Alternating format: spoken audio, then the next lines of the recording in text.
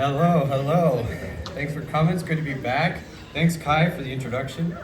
I can believe you made me tip him $20 for that. Yeah, it's a good thing I carry cash. No, just last week I threw a penny in a wishing well. Saw the next guy walk up, try to tap to pay. Didn't work out, obviously. No, then he comes over to me, he asks me to give him a penny. He's got this wish. He's been thinking about this wish all week, thinking about this wish.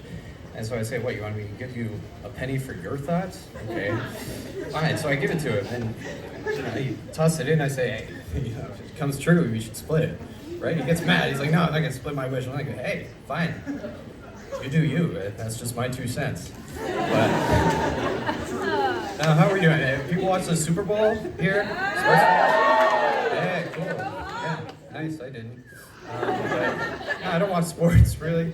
I just think there's too much loyalty. It seems to be a problem. You pick a team, you get all emotionally invested, and you sit down, you spend 3 hours watching them lose, like half the time or more. And why would I want to do that? And then you feel all bad, even though you had nothing to do with it. Or even worse, you feel good, and you've got people who come up to you the next day, guys who go, hey, we won. Yeah? What was your contribution, pal? You don't think the Seahawks could have pulled it off if you hadn't finished that case of beer? I think they were doing okay. If I'm going to sit down and enjoy myself for a while, I watch something, I want the main character to win. That's a lot more fun. So my favorite movies to watch are unsolved serial killer documentaries. At the end of the day, what is that? It's just 2 hours of a guy doing exactly what he wants with no consequences. What's going on? Hey, speaking of loyalty, happy Valentine's Day recently to all those with the privilege of celebrating. Not all of us, no. Valentine's Day has been the worst invention for single people since Noah's Ark. Followed closely by the stadium kiss cam and a tandem bicycle. But it probably looks similar back then to our Valentine's Day today.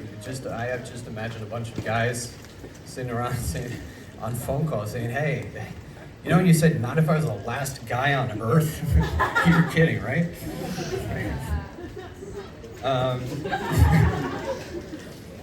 I celebrated with friends. It was good. I've got good friends, some good friends. I'm not sure they're all on my side. One of my closest friends once described me to someone else as strong, which would have been very nice if that was the whole sentence.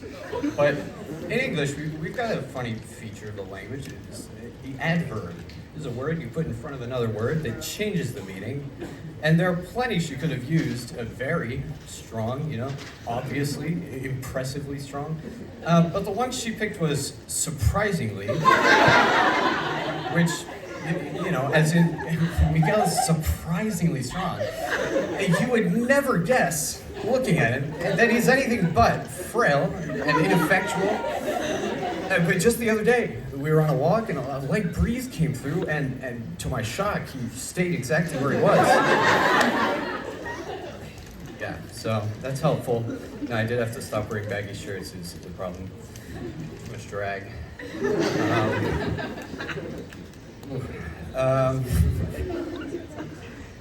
Thought a lot about whether I'm gonna have kids someday. I mentioned that's a conversation I'll have with my future wife. But I always imagined her doing it, so we'll see. I can't be one of those guys who walks around saying, my wife, we're pregnant. Oh, God. Not only does everyone hate you,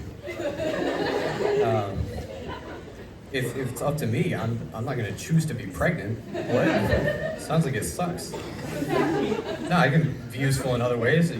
Bringing home the bacon, as they say. Bringing back the bacon. She said it was the wrong kind. I go into the customer service desk, got a pack of bacon that's been sitting in the heater of my car for half an hour, trying to exchange it for a new one. They say they can't do that, so I say, can I get store credit? They say it's against our policy, like it's some kind of strict moral code.